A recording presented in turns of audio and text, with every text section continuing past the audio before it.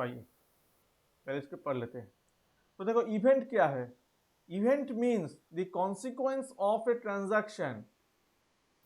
Some examples are gross profit, net profit, use of raw material, ये सब event है। अब सवाल यह है कि ये ट्रांजैक्शन नहीं है? हाँ, ये भी ट्रांजैक्शन है। तो बात क्या है? बात यह है कि अगर आप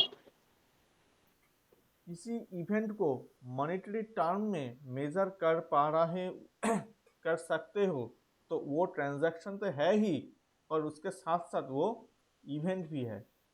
तो आप देखो ट्रांजैक्शन क्या है।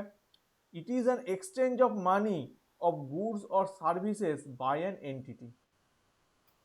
तो यहां से हम एक कंक्लूजन ड्रॉ कर सकते हैं। कंक्लूजन क्या है? All transactions are events. सभी ट्रांजैक्शन इवेंट है, बट नॉट वाइस वर्सा।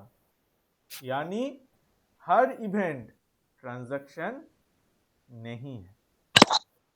ठीक है। अब यहाँ पर कुछ फीचर्स लिखा हुआ है, आइए देखते हैं। It must have some financial value.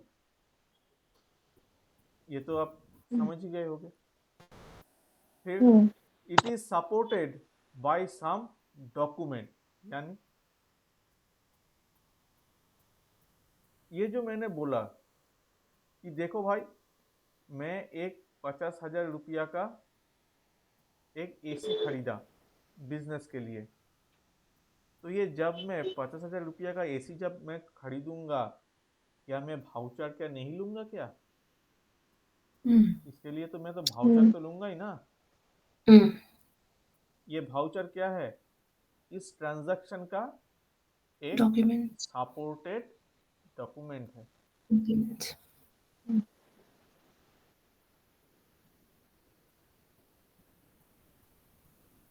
Third, it brings change in the financial position of the entity। ये क्या है भाई? आइए इसको भी समझ लेते हैं।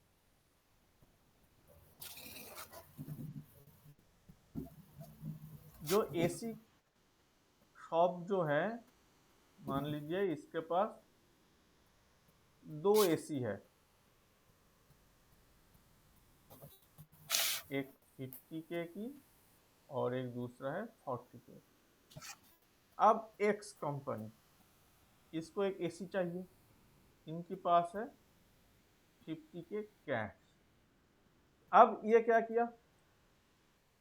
एक एसी खरीद कर ले आया। ठीक है। तो एसी कहाँ गया? यहाँ से यहाँ, और कैश यहाँ से यहाँ। तो देखो एसेट की नेचर चेंज हो रही है या नहीं? हो रही है ना। यहाँ पर एसेट क्या आ गया? एसी यानी फिक्स्ड एसेट। और यहाँ पर कैश कहाँ चला गया? शॉपकीपर के पास, यानी करेंट एसेट। तो क्या मैं बोल सकता हूं कि हाँ मेरा फाइनेंशियल पोजीशन चेंज हुआ है या नहीं? हुआ तो है ना। 50,000 का मेरा कैश चला गया, वहां पर 50,000 का एसी चला आया।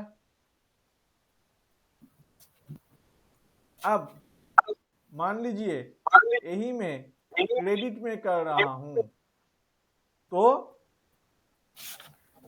एसेट आ रही है, कैश क्या जा रही है? नहीं जा रही है। यहां पर क्या हो गया? क्रेडिटर डेटर रिलेशनशिप बिल्ड हो गया। क्रेडिटर और डेटर का रिलेशनशिप बिल्ड हो गया। इसीलिए यहाँ पर बोला गया है, क्या बोला गया है? It brings change in the financial position, asset and liabilities. यानी एसेट एंड लायबिलिटीज की पोजीशन ट्रांजैक्शन अगर हो तो चेंज होगा ही होगा। अब fourth point, a transaction is settled with cash immediately is called cash transaction. ये तो हमें पता ही है। A transaction is settled with cash immediate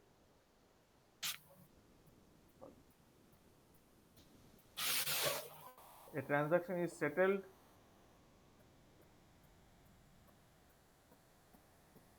without cash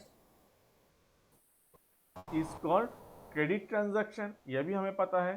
A transaction is settled with cash partly and then it is called partly cash transaction and partly credit. तो इसको हम क्या कहेंगे ना, partly credit transaction. ठीक है.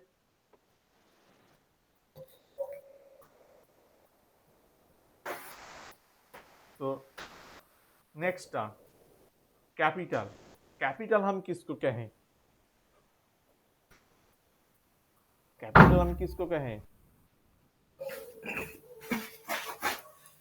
एक इन्वेस्टेड 50K इन x company. इसको हम जर्नल में कैसे कह सकते हैं? क्या कहते हैं जर्नल में? जर्नल में यही तो बोलते हैं ना, कैश टू कैपिटल 50K. ऐसे हम क्यों बोलते हैं? क्योंकि कंपनी ने 50K लिया और एक्स था ओनर. एक्स क्या था? ओनर था. यानी एक्स कंपनी को 50,000 रुपीज देना पड़ेगा. किसको देना पड़ेगा? ओनर को देना पड़ेगा. ठीक है. तो ये 50,000 रुपीज क्या हो गया? फिर कैपिटल हो गया. तो वही चीज यहाँ पर बोला गया है. देखो, it is a claim of owners proprietor और the amount invested by the proprietor in the business. तो वही तो मैं यहाँ पर बोला कि एक्स ने इन्वेस्ट किया 50,000 रुपीज इन एक्स कंपनी. यानी एक्स ओनर है 50,000 का, यानी कंपनी एक्स को 50,000 रुपीज देना पड़ेगा. ठीक है. अब मुझे ही मान लो, मैंने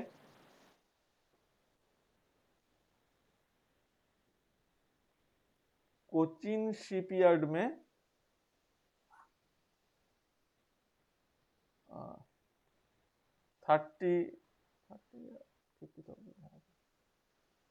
50,000 रुपीज इन्वेस्ट किया था. ठीक है. आज से 1 साल 2 साल पहले से. अब बताओ, कंपनी कितने पैसे मुझे वापस करेगा? कम से कम 50,000 ही करेगा. 50,000. क्यों? क्योंकि कंपनी लायबल है 50,000 के लिए. इससे ज्यादा पैसे के लिए वो लायबल नहीं है. हाँ, ये बात अलग है कि शेयर के प्राइस ऊपर चला गया, कभी कभी नीचे भी चला जाती है, ये बात अलग है. पर कंपनी लायबल कितना है? लायबिलिटीज कंपनी को कितना हुआ? 50,000 ही हुआ. 50,000. अब आते हैं ड्राइंग में. देखो, एनी कैश और value of goods withdrawn for personal use or any private payment made out of business fund is called drawing. ये क्या हुआ? आइए देखते हैं.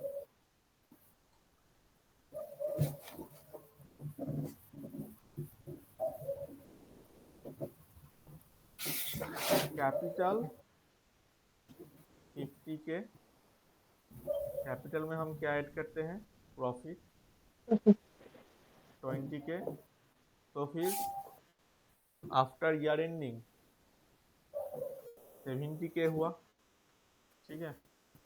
अब ये 70K से कुछ पैसा, मान लीजिए मेरा हाउस होल्ड एक्सपेंडिचर है, वो मैंने किया 10K. तो मेरे पास अब कितना पैसा रहा? 60K. ये जो मैं हाउस होल्ड एक्सपेंडिचर किया, ये क्या बिजनेस के लिए किया? नहीं है, मेरे घर चलाने के लिए मैं किया. तो ये हो गया मेरा ड्राइंग, ठीक है।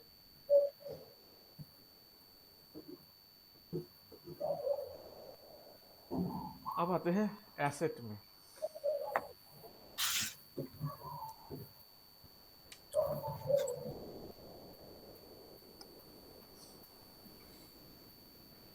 रुमाना बोलो एसेट হুম। কাকে বলে?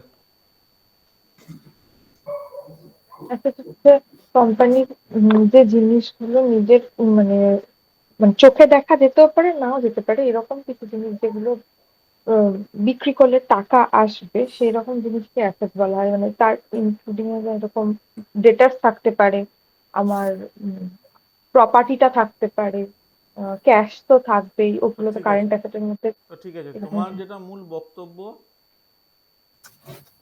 যেটা বিক্রি করলে টাকা আসে তাকে আমরা অ্যাসেট বলি, তাই তো? হুম। তো তোমার বক্তব্য তো? হুম। আচ্ছা,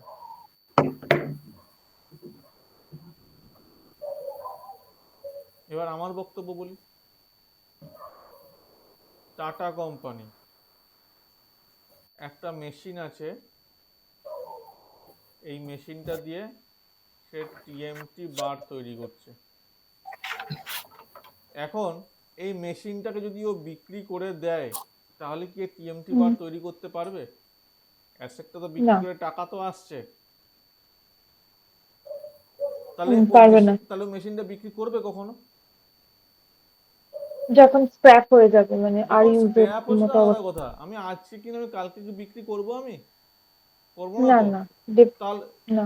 তাহলে তোমার তো এটা তো এলো না। এবার এমনই স্ক্র্যাপ হলো ওটাকে লোহা মানে 3 ভাঙা লোহা ভাঙার দরেও বিক্রি করা সম্ভব হবে না, কেউ নেবে? না। তা তোমার ডেফিনেশনটা ঠিক হলো মনে মনে হচ্ছে? মানে না। যুক্তিটা দিলে ঠিক হলো না। না। नेहा बोलो एसेट यस। किसको बोले?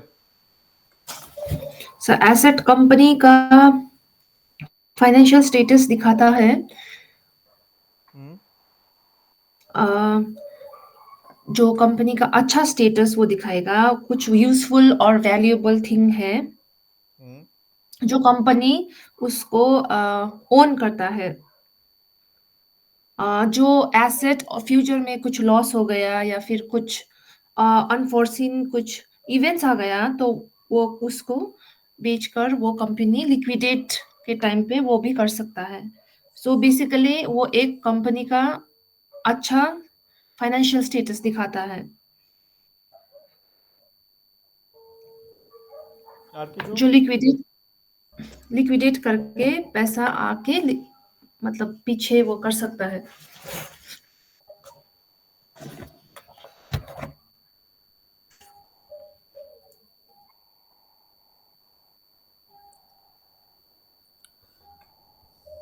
देखो, जो रूमलन ने बोला था उसका ही डेफिनेशन ठीक ठाक था, यानी ठीक ही था। एसेट हम उसको ही बोलेंगे जो हमें पैसा दे सकते हैं। पर जब मैंने इसको एक एग्जांपल दे दिया कि टाटा ने मशीन परचेज किया है टीएमटी बार का मैन्युफैक्चर के लिए, तो अगर मैं इस मशीन को ही बेच दूँ तो क्या मैं टीएमटी बार क्या प्रोड्यूस कर सकता हूँ? तो मेरा नो बिजनेस सर। कैसे चलेगा? तो रुमना ने तब इसका जवाब ठीक से नहीं दे पाया, पर उसका जो डेफिनेशन जो दिया था कि एसेट को हम उसको ही बोलेंगे जो हमें पैसा कमा कर दे सकता है। अब देखो, टाटा ने एक मशीन परचेज किया टीएमटी बार बनाने के लिए। अब मान लीजिए 300 metric tonne TMT bar prepare किया, मैन्युफैक्चर कर दिया। अब ये क्या करेगा? इसको ही तो सेल करेगा ना। तो ये टीएमटी बार मैन्युफैक्चर हो क्यों रहा है? प्रॉफिट के लिए, प्रॉफिट गेन, प्रॉफिट के लिए हो तो रहा सेल, है, पर इसका पीछे कौन है? ये टीएमटी बार प्रोड्यूस के पीछे कौन है? मशीनरी है ना। मशीन, तो फिर हम एसेट किसको बोलेंगे? मशीन को बोलेंगे। क्यों? मेशिन। क्योंकि इसके लिए ही तो मेरे को प्रॉफिट हो रहा है ना, इसके लिए ही तो मैं प्रॉफिट कमा रहा हूं। अगर ये नहीं होता तो क्या मैं प्रॉफिट कमा पाता? नहीं पाता। नो, क्यों? टीएमटी बार कौन प्रिपेयर करता भाई? उसको मैन्युफैक्चर कौन करे?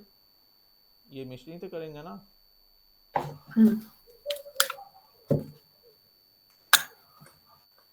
अब देखो, इस एसेट को हम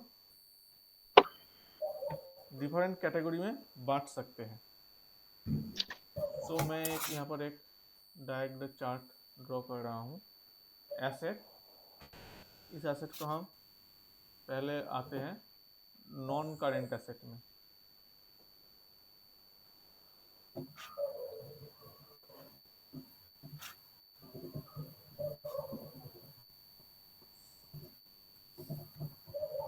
ये नॉन करेंट एसेट कौन है? ये नॉन करेंट एसेट कौन है? जो कि डेली परचेस सेल नहीं होता, पर इसका बेनिफिट हम लॉन्ग टर्म में यूज कर सकते हैं। इसको ही हम क्या बोलते हैं बेटा? नॉन करेंट एसेट बोलते हैं। कैसे कि मैंने अभी लैंड, एग्जांपल दिया, plant and machinery, land and land building. Property. हाँ, land and building, motor car, Tata company, Tata steel, इसका बिजनेस क्या है? स्टील मैन्युफैक्चर का बिजनेस है। थोड़ी ना इसका बिजनेस है लैंड एंड बिल्डिंग का। नहीं, ये लैंड एंड बिल्डिंग क्यों इस्तेमाल कर रहे हैं? उनका स्टील मैन्युफैक्चरिंग करने के लिए। मोटर कार क्यों इस्तेमाल कर रहे हैं? फैक्ट्री से शॉप में जाने के लिए। प्लांट एंड मशीनरी क्यों इस्तेमाल कर रहे हैं? क्योंकि ये चाहता है कि मैं स्टील का मैन्युफैक्चर करूं, इसलिए। तो मैं plant and machinery, land and building, motor car, इसको इस्तेमाल करके मैं क्या कर पा रहा हूं ना? स्टील मैन्युफैक्चर कर पा रहा हूं। तो इसीलिए इसको हम क्या बोलेंगे? अब से नॉन करेंट एसेट बोलेंगे।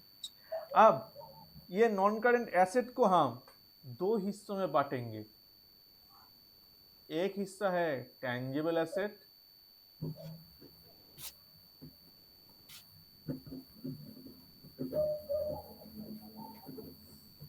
सेकेंड है इनटैंजिबल एसेट।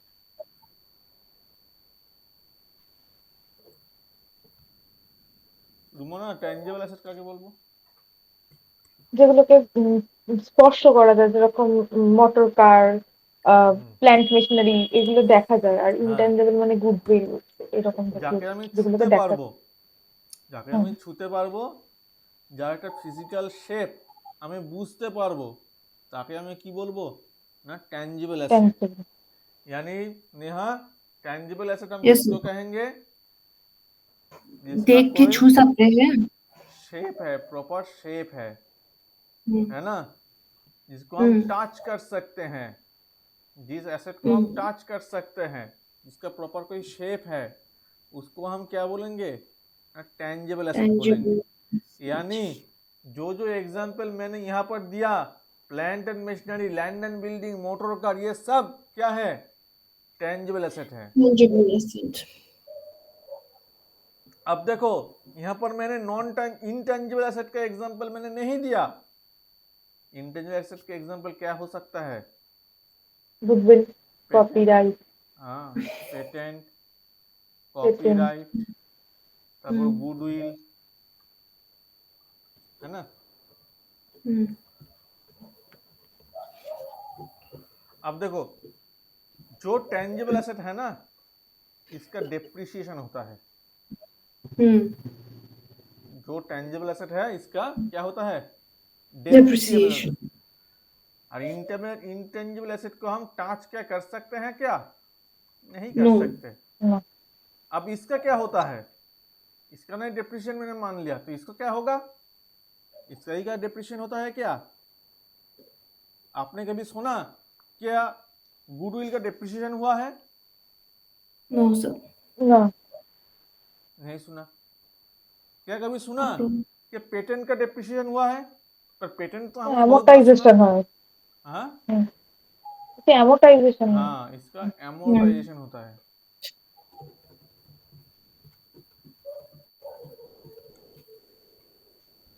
तो डेप्रिसिएशन और एमोर्टाइजेशन दोनों में अंतर क्या है? कुछ अंतर नहीं है। डेप्रिसिएशन में क्या होता है, ये है पीएल अकाउंट और ये है बैलेंस शीट। मशीनरी आपने खरीदा 10 लाख रुपया का, डेप्रिसिएशन हुआ 1 लाख और यहाँ पर लिख दिया 9 लाख, तो यहाँ पर आप क्या लिखोगे, टू डेप्रिसिएशन 1 लाख। अब गुडविल भी तो है, ये भी मान लीजिए 5 लाख रुपया का है। अब यहाँ पर तो हम डेप्रिसिएशन नहीं लिख सकते हैं ना, यहाँ पर एमोर्टाइजेशन हो गया, मान लीजिए 50K का, तो यहाँ पर क्या होगा 4,50,000। तो यहाँ पर हम क्या लिखेंगे, एमोर्टाइज्ड गुडविल 50K। ठीक है, तो दोनों में क्या हो रहा है, दोनों में ही ऐसे बैलेंस शीट में दोनों का प्राइस ही यानी रिटर्न वैल्यू घट रहा है, और यहाँ पर हम हर ईयर में डेप्रिसिएशन भी लिखेंगे और एमोर्टाइजेशन भी चार्ज करेंगे पीएल से। ठीक है,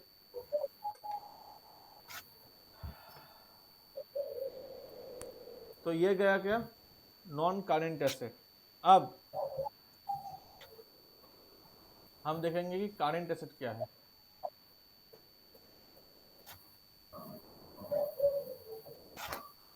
यहाँ पर मैं सीए लिखा, इसका मतलब ये नहीं है कि ये करेंट अफेयर है। ठीक है, इसका मतलब यहाँ पर क्या है, करेंट एसेट है। अब हम करेंट एसेट किसको बोले, बोलो।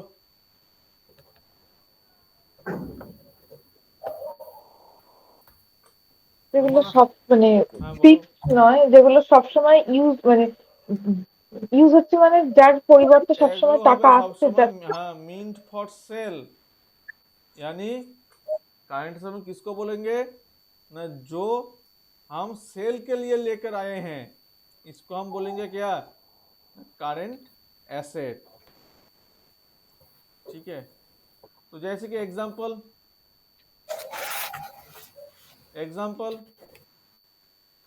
এক্সাম্পলের মধ্যে या फिर इसको आप ऐसे भी कह सकते हो, जो भी एग्जांपल देने में आपको या इसको आप कह सकते हो कि मान लीजिए मीन फॉर सेल ना बोलकर आप ये बोलो कि इजीली कन्वर्टेड इनटू कैश। आप देखो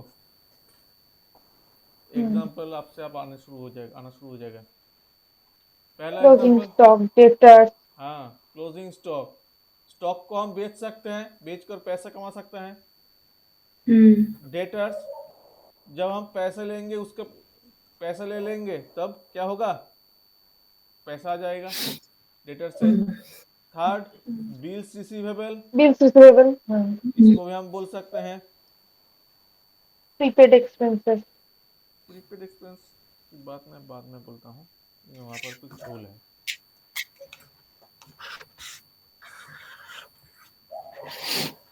तो ये सब क्या है ना, करेंट एसेट है।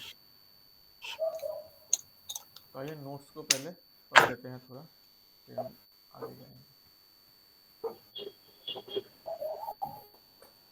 तो देखो, asset economic resources of the entity which gives cash और बेनिफिट इन फ्यूचर।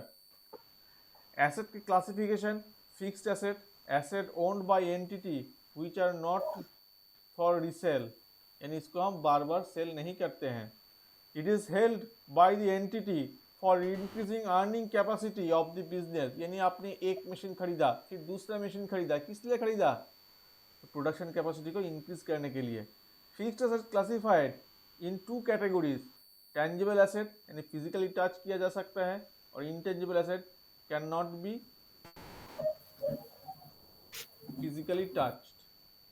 ठीक है, अब आते हैं current asset. Asset held by entity for resale और कन्वर्सन इनटू कैश, इसको आप रीसेल के लिए यूज करते हो या फिर कैश इजी कैश कन्वर्सन के लिए आप इसको यूज कर सकते हो। अब current asset in the balance sheet are shown in liquidity order. Liquidity is the facility which the asset may be converted into cash। अब देखो, those assets which are most difficult to be converted into cash were written in last। इसीलिए हम fixed asset को क्या करते हैं, last में लिखते हैं। क्यों? क्योंकि ये लिक्विडिटी ऑर्डर में लास्ट में आते हैं। अगर हम चाहते हैं कि हाँ अभी हम लैंड को सेल कर देंगे, क्या हम कर पाएंगे? नहीं कर पाएंगे। पर अगर हम ये चाहते हैं कि हाँ मेरे पास एक शेयर है, इन्वेस्टमेंट किया था, अब मैं इसको सेल कर दूंगा, मैं ये कर सकता हूँ? हाँ मैं इसको कर सकता हूँ। प्रॉफिट होगा या लॉस होगा वो अलग बात है, पर मैं सेल तो कर सकता हूँ ना।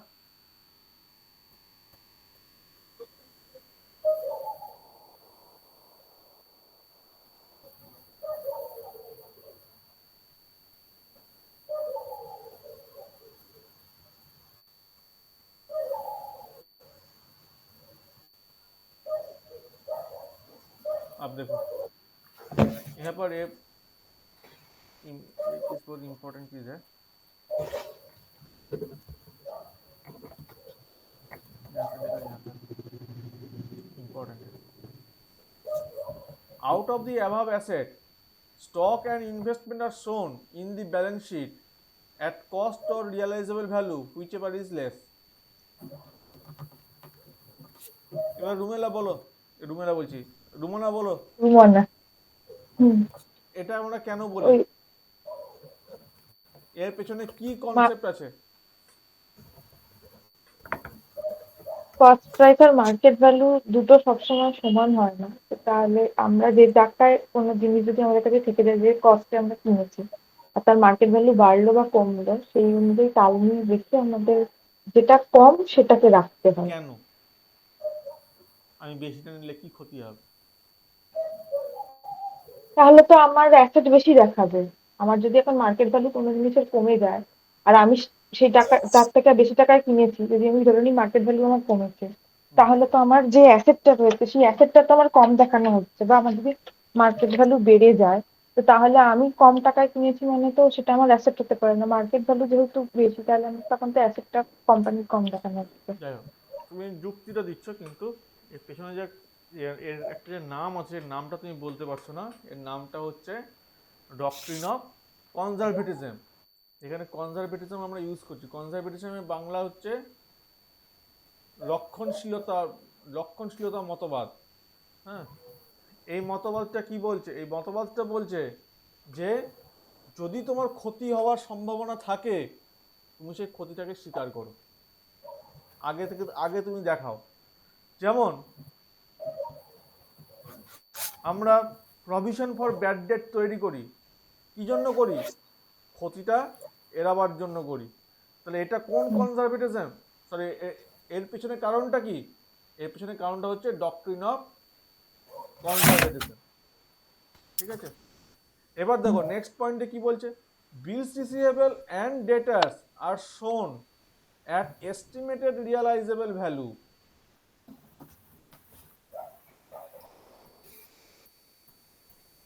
And cash in hand and bank are shown at actual figure। यानी बिल्स रिसीवेबल और डेटर्स जिस वैल्यू में आप रियलाइज कर रहे हो उसी को दिखाओ। इसका हम क्यों बोल रहे हैं? क्योंकि मान लीजिए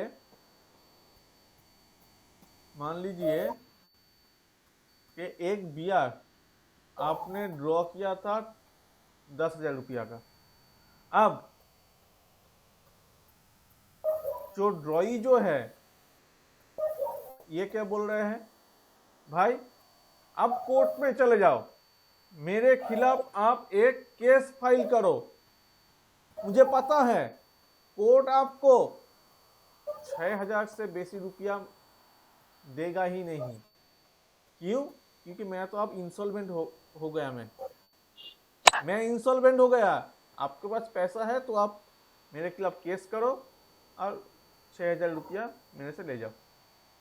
तो देखो 10,000 रुपया का बिल था, पर रियलाइज कितने में हुआ? 6,000 रुपया में हुआ ना। तो इसलिए हम किस प्राइस में दिखाएं बीआर को या फिर डेटर्स को? रियलाइजेबल वैल्यू में। रियलाइजेबल वैल्यू में हम दिखाएंगे, क्या दिखाएंगे? बीआर को और डेटर्स को। ठीक है।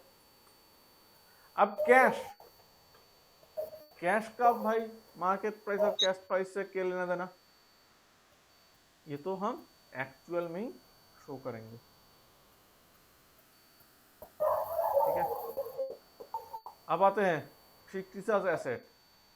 फिक्टिशियस एसेट क्या है? जो कि आखिर में एसेट है ही नहीं, उसको हम फिक्टिशियस एसेट कहेंगे। क्यों? क्योंकि इसको हम बैलेंस शीट की एसेट साइड में शो कराते हैं। जैसे कि debit balance of PL account, ये तो है तो लॉस है ना। पीएल के अकाउंट क्या होना चाहिए? क्रेडिट बैलेंस होना चाहिए। और इसको हम क्या कर रहे हैं? डेबिट साइड में दिखा रहे हैं, यानी लॉस हुआ है। और इसको हम क्या कर रहे हैं? बैलेंस शीट की एसेट साइड में शो कर रहे हैं। तो इसको हम क्या बोलेंगे? फिक्टिशियस एसेट बोलेंगे। अब आते हैं लायबिलिटीज में।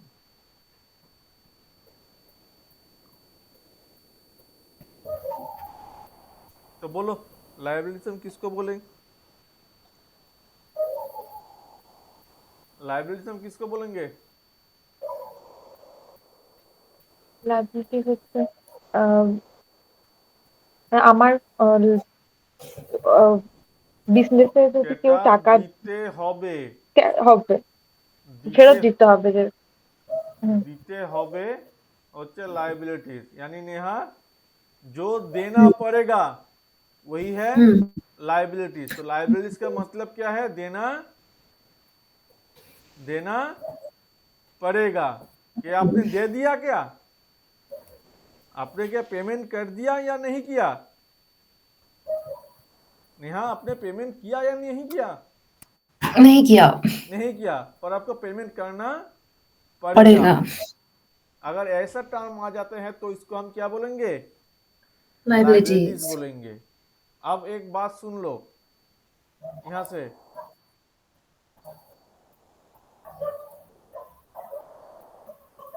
लाइबल टू पे यानी देना पड़ेगा लाइबिलिटीज। ठीक है। अगर पेमेंट हो गया, इसको आप पेमेंट कर चुके हो, पेमेंट डन, तो ये क्या हो गया? मेरा एक्सपेंस हो गया। ठीक है। जब तक लाइबल टू पे यानी देना पड़ेगा तब तक लाइबिलिटीज। अब जब पेमेंट ही कर चुके हो तो इसको हम क्या बोलेंगे? एक्सपेंस।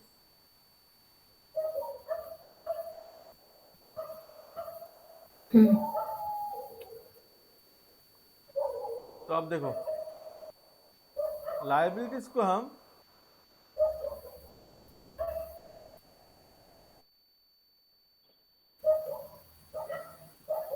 बैलेंस शीट में लेफ्ट साइड में शो कराते हैं। हालांकि ये ओल्ड कॉन्सेप्ट है, फिर भी बैलेंस शीट की लेफ्ट साइड में दिखाते हैं। अब देखो बैलेंस शीट में एक है कैपिटल, जो कि हम पहले ही पढ़ चुके हैं कि ये क्या लायबिलिटीज नहीं है, ये भी लायबिलिटीज है, पर इसको हम अलग से दिखाते हैं। तो लायबिलिटीज के फॉर्मूला क्या है? लाइबिलिटीज की फॉर्मूला है कि liabilities equal to asset minus capital, यानी आपका ये जो टोटल एसेट है, इस टोटल एसेट से ये कैपिटल माइनस कर दो तो आपको लाइबिलिटीज के अमाउंट पता चल जाएगा।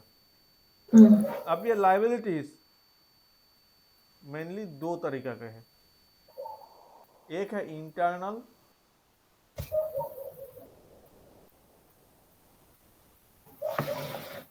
और दूसरा है एक्सटर्नल। ठीक है, अब इंटरनल लाइबिलिटीज क्या है? इंटरनल लाइबिलिटीज क्या है? एग्जांपल दो। ये देखो, यहाँ पर मैंने एक रिजर्व दिखाया था ना आप लोगों को, रिजर्व, यह है इंटरनल लाइबिलिटीज। आपका प्रॉफिट हुआ, उसका एक पार्ट आपने रिजर्व में रखते हैं। रिजर्व में रख दिया, यह क्या है? यह है इंटरनल लाइबिलिटी, और ये आपने एक्यूमुलेट करके करके इसको बढ़ाता चला गया। अब है एक्सटर्नल लाइबिलिटीज। एक्सटर्नल लाइबिलिटीज हम किसको बोले? आपने उधार लिया बैंक से, तो ये क्या है? एक्सटर्नल लाइबिलिटीज है। आपने उधार लिया, पैसा उधार लिया, स्टेट बैंक से पैसा उधार लिया, तो ये क्या हो गया? एक्सटर्नल लाइबिलिटीज है। आपने फाइनेंशियल इंस्टीट्यूशन से लोन लिया, इसको हम क्या बोलेंगे? एक्सटर्नल या फिर लाइबिलिटीज है। अब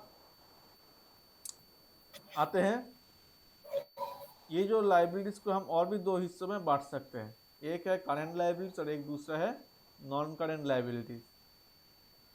करेंट लाइबिलिटीज यानी शॉर्ट टर्म बोरोइंग, ये जो लिखा है ना शॉर्ट टर्म बोरोइंग, यानी इसको आप एक साल में के अंदर अंदर इसको पेमेंट कर देंगे। आप इसको आप एक साल के अंदर पेमेंट कर दोगे, और लॉन्ग टर्म एक साल में इसका पेमेंट नहीं करोगे, मोर देन 1 ईयर, इसको हम क्या बोलेंगे? नॉन करेंट लाइबिलिटीज या फिर लॉन्ग टर्म बोरोइंग। ठीक है, तो बोलो एक एग्जांपल दो इंटरनल लाइबिलिटीज का, क्या दोगे? रिजर्व तो बोले, আপনি তো রিজার্ভ বলেই দিলেন। रिजर्व है ना। अब एग्जांपल दो लॉन्ग टर्म बोरोइंग का, जैसे कि मान लो 12% सिक्योरिटीज, बॉन्ड, ये सब क्या है? लॉन्ग टर्म बोरोइंग है। अच्छा, एक चीज बता सकते हो? अभी अभी मेरे दिमाग में एक सवाल आया। सवाल क्या है ये मैं बताता हूँ।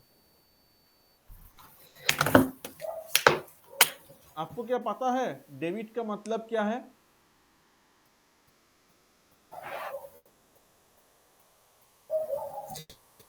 पता है क्या?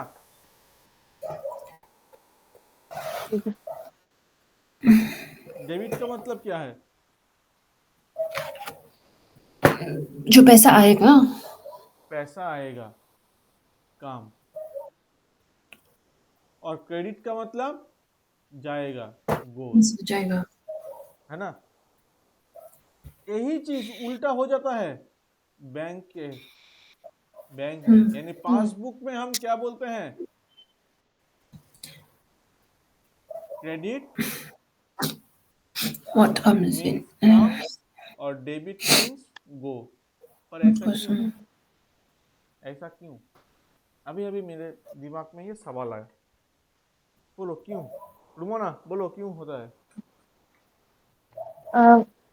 ব্যাংকের দিক থেকে দেখলে আমরা আমাদের টাকা মানে কোনো কোম্পানির পার্সপেক্টিভে বলবো না কোনো পার্সোনাল পার্সপেক্টিভে আমি বলবো? জানি না, আমি এটুকু জানি আমার ও পাসবই যখন দেখি তখন আমি ক্রেডিট লেখা থাকে, টাকা ঢুকলে ক্রেডিট থাকে।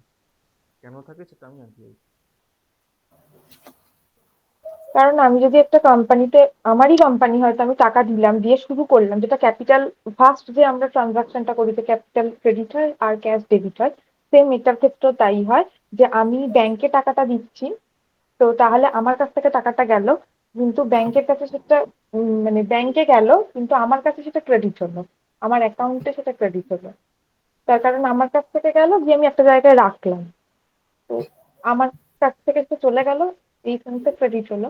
কিন্তু ব্যাংকের টাকা এলে আমার হুম কাছে, আমার দিক থেকে ডেবিট হওয়ার কথা, কিন্তু যেহেতু আমি টাকাটা ব্যাংকে রাখছি, তো আমার কাছ থেকে চলে যাচ্ছে, হুম। সেই জন্য ব্যাংক ক্রেডিট হয় আর আমি তা তখন ডেবিট। পাসবইয়ে তাহলে আমার ক্রেডিট কেন হচ্ছে? পাসবইয়ে আমার টাকা ঢুকছে, ব্যাংকে রাখলাম, আর তো আমার কাছেই টাকা থাকছে, আমি তো পাস পাস। বইটা তো হ্যাঁ, পাস বইটা তো কোম্পানির নামে, তো কোম্পানি তো ক্রেডিটই হবে কোম্পানির ক্যাপিটাল বাড়লে। तो पासबुक यानी पासबुक किसी बैंक की होती है ना। मान लीजिए मेरे पास स्टेट बैंक की एक पासबुक है। अब जब भी मैं बैंक में पैसा रखता हूँ, डिपॉजिट किया, ये क्या हुआ, डिपॉजिट करने के बाद बैंक के लिए ये हो गया लाइबिलिटीज हो गया, बैंक के लिए क्या हो गया, ये लाइबिलिटीज हो गया। ठीक है, तो इसीलिए पासबुक में क्या किया जाता है, जब पैसा डाला जाता है तो बैंक के लिए लाइबिलिटीज होते हैं, और जब लाइबिलिटीज बढ़ जाता है तब इसको हम क्या करते हैं, क्रेडिट करते हैं।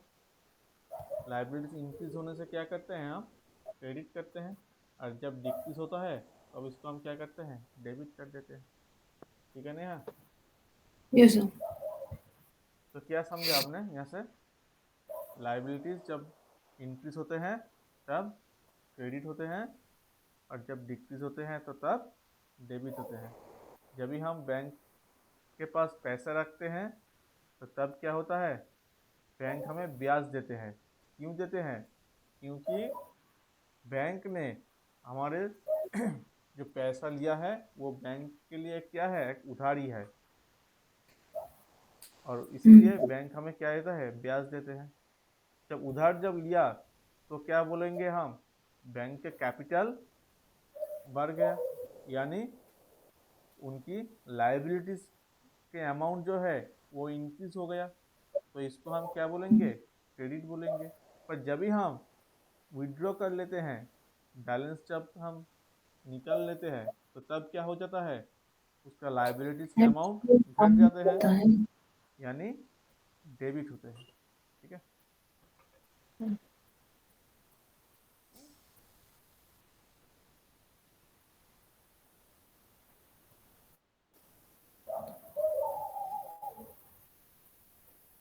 तो देखो, internal liabilities all amount which a business entity has to pay to the owner are internal liabilities as per capital। accumulated profit, ये सब क्या है, मेरे को internal liabilities।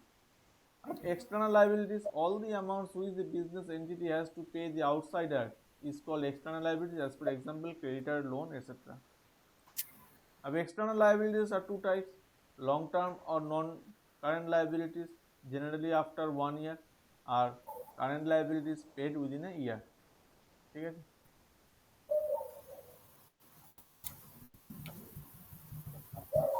एसेट तो कंप्लीट हो गया।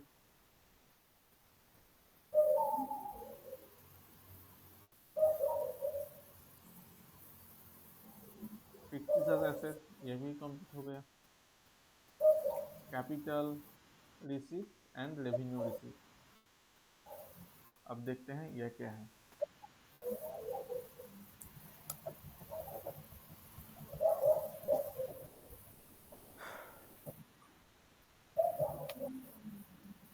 देखो, रिसिप्ट को हम दो हिस्सों में बांट सकते हैं, एक है कैपिटल रिसिप्ट और एक है रेवेन्यू रिसिप्ट। जो रिसिप्ट हमें रेगुलर बेसिस में होता है वो है रेवेन्यू रिसिप्ट, आप जो पैसे हमें देते हो ये क्या हमारा कैपिटल रिसिप्ट है या फिर रेवेन्यू रिसिप्ट है? क्या लगता है आपको? Revenue revenue. क्यों? क्योंकि आप हर महीने मुझे पे करते हो, बना दे। है ना। और हाँ, कैपिटल रिसिप्ट क्या होता है? जो कभी कभार आ जाती है। जैसे कि मान लो मैंने एक लैपटॉप खरीदा था, यूज किया, आप देख रहा हूँ कि ठीक ठाक नहीं चल रहा है तो मैंने बेच दिया। क्या ये में कैपिटल रिसिप्ट है या फिर रेवेन्यू रिसिप्ट है? कैपिटल। कैपिटल। कैपिटल रिसिप्ट है। क्यों? क्योंकि लैपटॉप रेगुलर मीन्स बेचना मेरा काम नहीं है। काम है क्या रेगुलर बेचना? नहीं है। तो ये क्या हो गया? मेरा कैपिटल रिसिप्ट है। हाँ, अगर लैपटॉप बेचना मेरा रेगुलर काम होता तो फिर ये क्या हो जाता है? मेरा रेवेन्यू रिसिप्ट हो कैपिटल जाता। रेवेन्यू। हाँ, रेवेन्यू लैपटॉप रिसिप्ट। रेवेन्यू हाँ, लैपटॉप जब मेरा रेगुलर बेचना काम होता, यानी मान लीजिए एक लैपटॉप की दुकान है, वो क्या बेचेगा? वो लैपटॉप ही तो बेचेगा ना। वो थोड़ी आपके लिए प्रिंटर बेचेंगे, वो लैपटॉप ही बेचेंगे। तो उसके लिए लैपटॉप बेचना क्या हो गया? एक रेवेन्यू रेवेन्यू रिसिप्ट है। रिसीट। पर मेरे लिए वो क्या हो गया? वो एक कैपिटल रिसिप्ट हो गया। ठीक है, वही यहाँ पर लिखा है, पढ़ लेना, समझ में आ जाएगा। अब आते हैं एक्सपेंडिचर में। मैंने पहले ही बोला आपको, आज ही बोला। क्या बोला? जब आपको देना पड़ेगा तभी क्या हो? वो लायबिलिटीज है। जब आप दे दोगे तभी क्या हो गया? वो एक्सपेंस हो गया। Capital expense. बोला ना अभी। हम्म। अब हम एक्सपेंस और एक्सपेंडिचर इस दोनों का मतलब समझेंगे। पहले हम समझ लेते हैं एक्सपेंडिचर क्या है। Any type of payment for the receipt of a benefit is term as expenditure. Any type of payment.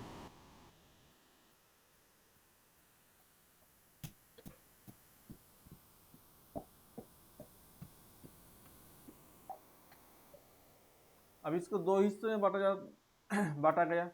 एक है कैपिटल एक्सपेंडिचर और दूसरा है रेवेन्यू एक्सपेंडिचर। जो एक्सपेंडिचर हम बार बार करेंगे उसको हम क्या बोलेंगे? रेवेन्यू एक्सपेंडिचर बोलेंगे। ठीक है। जो एक्सपेंडिचर हम कभी कभार करेंगे उसको हम क्या बोलेंगे? Capital capital expenditure. एक्सपेंडिचर बोलेंगे। यानी मान लीजिए अब हर महीना आपको नेट पैक रिचार्ज कराना पड़ रहा है, तो इसको आप क्या बोलोगे? रेवेन्यू या फिर कैपिटल? रेवेन्यू। Revenue revenue. बोलोगे। रेवेन्यू। आपने एक बिल्डिंग खरीदा रहने के लिए। आप रह रहे हो 10 साल, 20 साल, 50 साल, जो भी हो, तो इसको आप क्या बोलोगे? रेवेन्यू या फिर कैपिटल? कैपिटल। कैपिटल बोलोगे, क्योंकि आप बार बार थोड़ी ना खरीदोगे और रहोगे। हाँ, मेरा एक रिलेटिव है, उसका शौक है मकान खरीदना। जब भी किसी जगह पर घूमने जाते हैं तभी उसी जगह पर एक मकान खरीदता है। तो मैंने पूछा आप क्यों खरीदते हो? ना उसे बोलता हाँ, मेरे बीवी को घूमने का बहुत शौक है, तो मान लीजिए मैं दार्जिलिंग जाऊंगा तो दार्जिलिंग में खरीदूंगा। अब मैं शिमला में जाऊंगा तो शिमला में एक खरीदूंगा। हालांकि शिमला में खरीदना उतना आसान तो नहीं है, फिर भी वो जहाँ पर जाता है वहाँ पर एक मकान वो खरीदने की कोशिश करते हैं। तो उसके लिए ये रेवेन्यू कैपिटल एक्सपेंडिचर या फिर रेवेन्यू एक्सपेंडिचर है? Capital expenditure. अरे वो तो जहाँ पर जाता है वहाँ पर तो खरीदता है ना, उसके लिए क्यों होगा? হুম।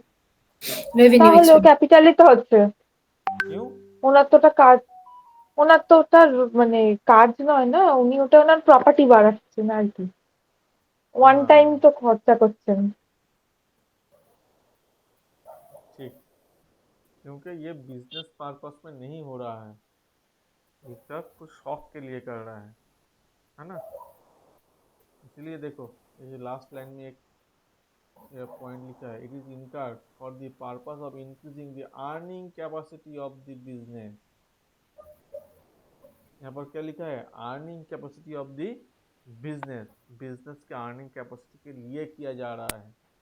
क्या अर्निंग कैपेसिटी कुछ है क्या? नहीं, वो खुद की शौक है, बीवी की शौक है, इसलिए वो खरीद रहा है, कोई बिजनेस के लिए काम के लिए नहीं कर रहा है।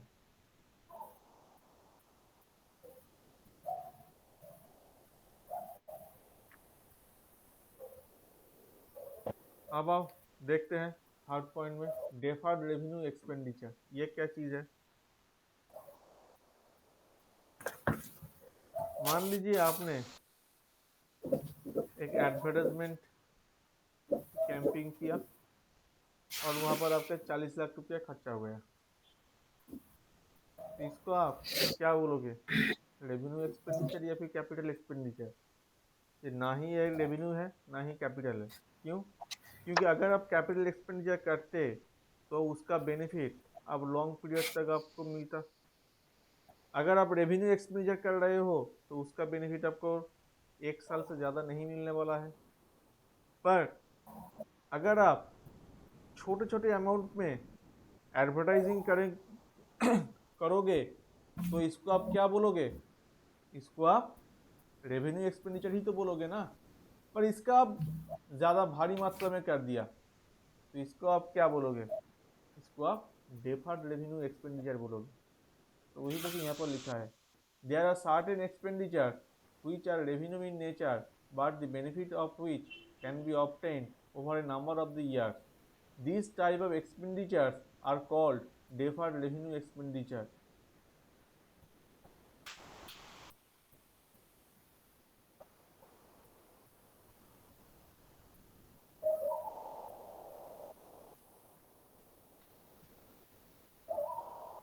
For an example, A spent 40 lakh rupees for advertising a new product in the market, and for and it is estimated that the benefit obtained for such expenditure will last 10 years. And in this case, 4 lakh rupees will be charged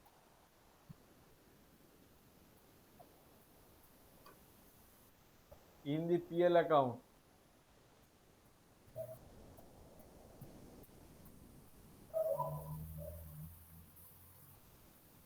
for every year, and the balance will be treated as an asset. कोई समझने कोई दिक्कत है क्या? समझ रहे हो ना इसको?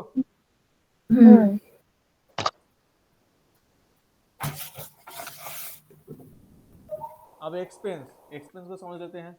these are the cost incurred in producing, selling the goods, the producing और selling। और यहाँ पर एक्सपेंडिचर में क्या बोला था मैंने? एनी टाइप, है ना, एनी टाइप। और एक्सपेंस में हम क्या बोलेंगे? Producing and selling. यही दोनों में अंतर है। जब एनी टाइप ऑफ पेमेंट करते हो तो उसको हम एक्सपेंडिचर बोलते हैं। जैसे कि मान लो आपने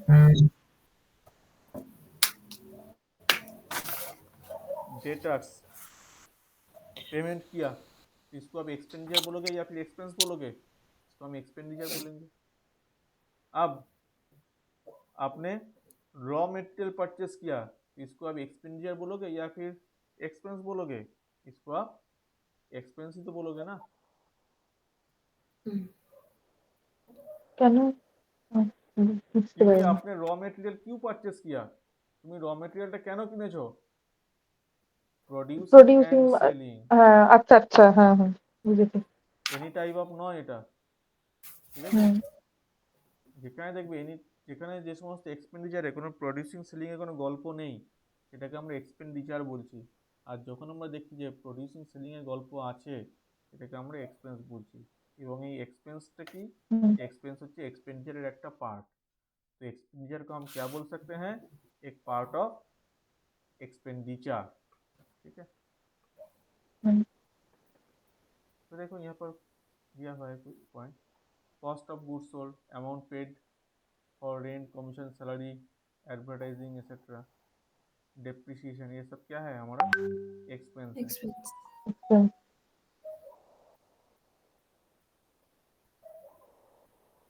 इनकम, इनकम हम क्या बोलेंगे, रेवेन्यू माइनस एक्सपेंस। अब रेवेन्यू क्या है, जो आपने सेल करके कमाया वो है रेवेन्यू। अब रेवेन्यू से यानी सेल से अगर एक्सपेंस आप माइनस करोगे तो आपको इनकम मिलेगा, ठीक है। तो मेरा रेवेन्यू क्या है, मान लीजिए मैं आप लोगों को पढ़ा रहा हूँ, तो ये क्या है, मेरा रेवेन्यू है, ये मेरा इनकम नहीं है। जब हाँ इस इस रेवेन्यू से जब मैं मेरे एक्सपेंडिचर बात दूंगा, यानी मान लीजिए मैंने नेट रिचार्ज कराया तो ये नेट रिचार्ज मैंने डिडक्ट किया, मेरे कंप्यूटर का डेप्रिसिएशन हो रहा है तो इसको हमने डिडक्ट कर दिया। ये सब बात देने के बाद जो मेरे पास पड़ा रहेगा वही क्या होगा, मेरा इनकम इनकम। होगा। अब देखो यहाँ पर क्या लिखा है, remember revenue equal to amount received from sale of goods and expenses equal to cost of goods sold. अब देखो परचेज, परचेज क्या है, ये के सम ये क्या है, ये सब तो पता है परचेज क्या है। The term purchase is used only for the use of only for the purchase of goods which the business deals। इसका मतलब क्या आपने समझा क्या? बिजनेस के लिए जो परचेज करेंगे हाँ वही परचेज होगा, वही परचेज होगा। यूज के लिए नहीं होगा। आपने आप पेन मैन्युफैक्चर करते हो, इसके लिए आपको चाहिए प्लास्टिक बॉडी बनाने के लिए, तो आपने प्लास्टिक परचेज किया तो इसको हम क्या बोलेंगे, परचेज बोलेंगे। पर आपने ये भी परचेज किया और फिर एक परचेज किया, मान लीजिए एसी परचेज किया, पर ये किस लिए परचेज किया, कि आपकी ऑफिस के लिए परचेज किया, नहीं किया, आपने परचेज किया या फिर मान लीजिए ऑफिस के लिए किया, ऑफिस के लिए ही किया, पर क्या ये क्या रॉ मटेरियल है मेरा, नहीं है। एसी हाँ। के रॉ मटेरियल है मेरा, नहीं है ना। नो। ना। तो फिर क्या इसको हम परचेज बोलेंगे क्या, नहीं बोलेंगे। नो। इसको हम क्या बोलेंगे, इसको हम एसेट बोलेंगे। ऐसे। एसेट भी परचेस कर रहा हूँ और मैं गुड्स भी परचेस कर रहा हूँ, पर दोनों का अंतर है। एसेट हम कहाँ पर दिखा रहे हैं, एसेट हम बैलेंस शीट पर दिखा रहे हैं, और परचेस कहाँ पर दिखा रहे हैं, परचेस हम ट्रेडिंग अकाउंट पर दिखा रहे हैं, ठीक है।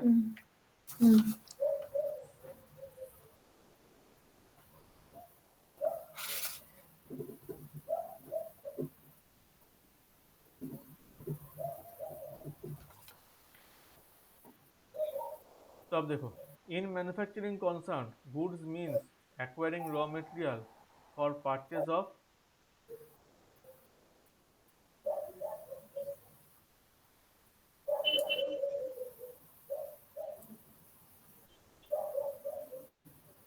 In both cases, in manufacturing concern goods means acquiring raw material for purpose of for conversion. for purpose of conversion into finished product, ठीक है। तो यहाँ पर देखो मैंने क्या बोला ना, आपने पेन मैन्युफैक्चर कर रहे हो आप, तो पेन मैन्युफैक्चर करने के लिए आपने क्या परचेज किया, प्लास्टिक परचेज किया। तो प्लास्टिक को आप क्या करोगे, प्लास्टिक को आप कन्वर्ट करोगे, कन्वर्ट करने के बाद आपकी फिनिश्ड प्रोडक्ट आएगा, वो प्रोडक्ट क्या है, पेन है। तो फिर आपने क्या किया, प्लास्टिक को पेन में कन्वर्ट कर दिया, तो इसलिए हम इसको क्या बोलेंगे, मैन्युफैक्चरिंग कंसर्न के लिए ये परचेज है, ठीक है। अब देखो, in case of trading concern goods are those which are purchased for resale. ये क्या चीज है भाई, in trading concern goods are those which are purchased for resale. जैसे कि मान लो मैंने लैपटॉप खरीदा और इसको मैं बेच दिया, तो यह क्या है, ट्रेडिंग कंसर्न है, मैन्युफैक्चरिंग तो नहीं है, मैं लैपटॉप तो मैन्युफैक्चर नहीं किया, मैंने किसी से लैपटॉप परचेस किया सप्लायर से और मैं उसको बेच दिया, तो ये फिर क्या हो गया मेरा, ये फिर मेरा परचेस भी हो गया। क्यों? क्योंकि अब मैं मैन्युफैक्चरिंग कंसर्न नहीं हूँ, अब मैं क्या हूँ, एक ट्रेडिंग कंसर्न हूँ, अब मैं ट्रेड कर रहा हूँ। सेल्स, सेल्स भी वही है, सेल्स भी वही चीज है। It means to transfer the ownership of the goods और services to the customer in terms of money. The term sale is used only for the sale of goods which are purchased for resale। यानी मैंने क्या किया, laptop purchase किया, किस लिए purchase किया, resale के लिए किया। ठीक है बेटा। अब देखो stock in trade, stock in trade का मतलब क्या है, जो चीज अभी नहीं बिका बाद में बिकेंगे हम, बाद में इसको बेचेंगे, पर अभी के लिए नहीं बेचा, इसको हम क्या बोलेंगे, स्टॉक इन ट्रेड। अब इन्वेंट्री क्या है, इन्वेंट्री भी एक स्टॉक की पार्ट है, पर इन्वेंट्री की मान लीजिए बहुत तरह की इन्वेंट्री अब हो सकता है। जैसे मान लीजिए कि आपके रॉ मटेरियल है जो नहीं बेचा, इसको हम क्या बोलेंगे, inventory of raw material. Semi finish stock goods है, इसको हम क्या बोलेंगे, inventory of semi finish goods. Finish goods जो कि ये फिनिश यानी पूरा की पूरा आपने प्रिपेयर कर चुके हो आप, इसको हम क्या बोलेंगे, इन्वेंट्री ऑफ फिनिश गुड्स। ठीक है। आगे ऐसा कुछ खास तो नहीं है,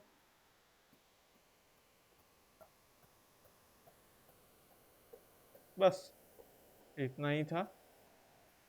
बाकी जो है आप एक बार के लिए पढ़ लेना, तब समझ जाओगे। তো বলো, কোনো কিছু অসুবিধা আছে কিনা? না, সুমনা, না কোনো অসুবিধা নেই। নতুন কিছু শিখলে? আমার হ্যাঁ, কি শিখলে? প্রথম দিকেরটা তো আমি কোনোদিন ওরকম ভাবে কোম্পানির যে আপনি তুলনাটা বলছিলেন শেখাচ্ছিলেন ওরকম ভাবে কোনোদিনও দেখিনি, জানি না, ভাবিনি কোনোদিন ওইভাবে। হবনি? না। আর কি শিখলে? আর যা শেখাচ্ছিলেন সবকিছুই তো অনেক মানে সবকিছুই অজানা বলতে গেলে, সবই আজকে নতুন করে শিখলাম। কোনটা নতুন শিখলো অজানা তোমার কাছে? পারচেস অজানা অজানা ছিল? না না সেটা না, তাহলে? মানে এই যেরকম যেরকম মনে করুন আমি বলছিলাম কিন্তু আমি কনসেপ্টের নাম জানতাম না। কনজারভেটিজম? হ্যাঁ, ডক্ট্রিন অফ কনজারভেটিজম এটার নাম জানতাম না। যাবো কাল, কালকে তো নয়, নেক্সট উইকে ওইখানে যাবো আবার। আচ্ছা, আহ, স্যার একটা কথা আমার বলার ছিল, মানে বলো যে বলো। জানার ছিল আর কি। জানো। বলছি আমি আমি তো মানে গত 4 বছর মানে দূর দূরান্ত অব্দি হয় না কমার্সের কোনো সাবজেক্টের সাথে আর হুম টাচ ছিল না। হুম। তো আমি শুরুটা করবো কি করে? শুধু এই যে মানে আমার সঙ্গে আমাকে সঙ্গে তো শুরু করবে। আচ্ছা আমি মানে আমার যেমন করে বাড়িতে আমি কিভাবে যেমন করে পড়াচ্ছি সেরকম করে শুরু করবে। আচ্ছা আমি সব ভুলে গেছি মনে হচ্ছে, আমি ওখানে জিজ্ঞেস করবো। ঠিক, যেমন করে পড়াচ্ছি সেরকম করে শুরু করবে। ঠিক আছে। नेहा, आपको क्या कुछ यस सर। नए जानने के लिए मिला क्या क्या कुछ? हाँ सर, सब वही रिवीजन हो गया, जो भूल गए थे वही रिवीजन हो गया है। रिवीजन हो गया? हम्म, ठीक है। आप वो रिकॉर्डेड और ये नोट्स का हाँ, ये ये आपको भेज भेजना देंगे पड़ेगा। तो मतलब जल्दी से रिवीजन हो जाएगा और भूल ठीक नहीं है, पाएंगे। मैं कल में आपको लास्ट सब क्लास का भेज भी दूंगा, आप ठीक है। दे दीजिए। हाँ जी, मैं सब कल लास्ट सब क्लास भेज का भी। दूंगा सब। सर नेक्स्ट क्लास में कौन सा क्या पढ़ाएंगे आप नेक्स्ट क्लास में? नेक्स्ट क्लास में जो आपका जो ये है ना कॉन्सेप्ट है, कन्वेंशन है, ये सब मैं हम्म, पढ़ाऊंगा मैं। अच्छा। वो तो देख कर आ सकते हो। हम्म, अच्छा ठीक है। वो भेज दीजिए सर। एक बार ना वो मेरा लाइट चला गया था ना, हम्म। तो आपने वो जो दिखा ऐसा रहे कुछ थे खास वो नहीं मैंने नहीं बोला, मैं वही जो पहले जो आप पढ़ा था आपने वो सभी, वो जो कंपेयर हम्म, कैसे किया जा सकता है ऐसे ही मैं पढ़ा था। आप एक बार सर वो दूसरा कंपनी का दिखा सकते हैं? कौन सा? अ, आप ना वो IRFC कंपनी का दिखा सकते हैं एक बार? হ্যাঁ হ্যাঁ যাচ্ছি দাঁড়া। IRFC हुँ। IRFC कंपनी का नाम है ये। क्या ये बोल रहे हो आप? सर वही इंडियन रेलवे फाइनेंस का। हाँ। अ, IRFC कंपनी का नाम है, वो आप देखो क्या हुँ। करोगे। ना उसका मुझे दिखा था सर, मतलब वही वही उसको आपको देख के दिख थोड़ा आप आपके साथ ही वो रिजर्व, बोरोइंग, ओपीएम वो देखना था, कंपेयर करना था ईयर्स का। IRFC। हाँ, हाँ यही है। हाँ, क्या करे इसको?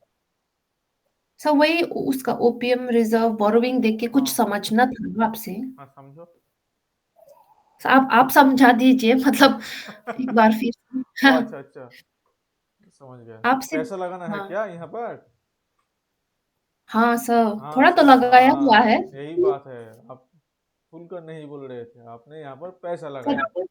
सर हुँ, अगर आप कुछ दिन पहले लगाया तो आपका पैसा शायद डूब गया होगा, यही बात है ना? हुँ, हाँ, आपका पैसा डूब गया, वो उठेगा, पर उठेगा। इस साल नहीं उठेगा। बजट आने दो, हुँ। बजट के बाद दिखा जाएगा। सर मतलब इसका ओपीएम जो दिखा रहा है, मतलब लास्ट 5 इयर्स का, वो हाँ 100 तो 99 वो है। और रिज़र्व आपने जो दिखाया था, वो रीड करने के लिए हाउ टू इंटरप्रेट द हाँ फाइनेंशियल स्टेटमेंट, हाँ, तो इसका रिज़र्व किधर है? इसका रिजर्व बैलेंस शीट में मिलता है, आप ये आप देखो, मतलब बैलेंस शीट में है। हुँ, देखो अ, देखो, एक मैं बात बताता हूँ। हुँ, जब भी आप किसी फाइनेंशियल इंस्टीट्यूट में इन्वेस्ट करोगे, हुँ, तब इसका बोरोइंग ज़्यादा ही आपको दिखेगा। क्यों? क्योंकि इसका काम ही है लोन देना, ठीक है? हुँ, लोन लेना देना यही इसका काम है। तो हुँ, इसका रिजर्व थोड़ा कम दिखेगा और बोरोइंग थोड़ा ज़्यादा दिखेगा। तो हुँ, इसलिए यहाँ पर ज़्यादा मत ध्यान देना। अब बात हुँ, क्या है कि बात यह है कि IRFC का अभी प्राइस डाउन चल रहा है। क्यों डाउन चल हुँ, रहा है? क्योंकि ये बहुत ज़्यादा रैली ऑलरेडी दे चुके हैं। जैसे कि इसका अगर आप प्राइस देखते हो, आई রুমানা, তোমার ক্লাস কিন্তু হয়ে গেছে, ঠিক আছে? চাইলে তুমি লিভ করতে পারো। আর আচ্ছা ঠিক আছে। আর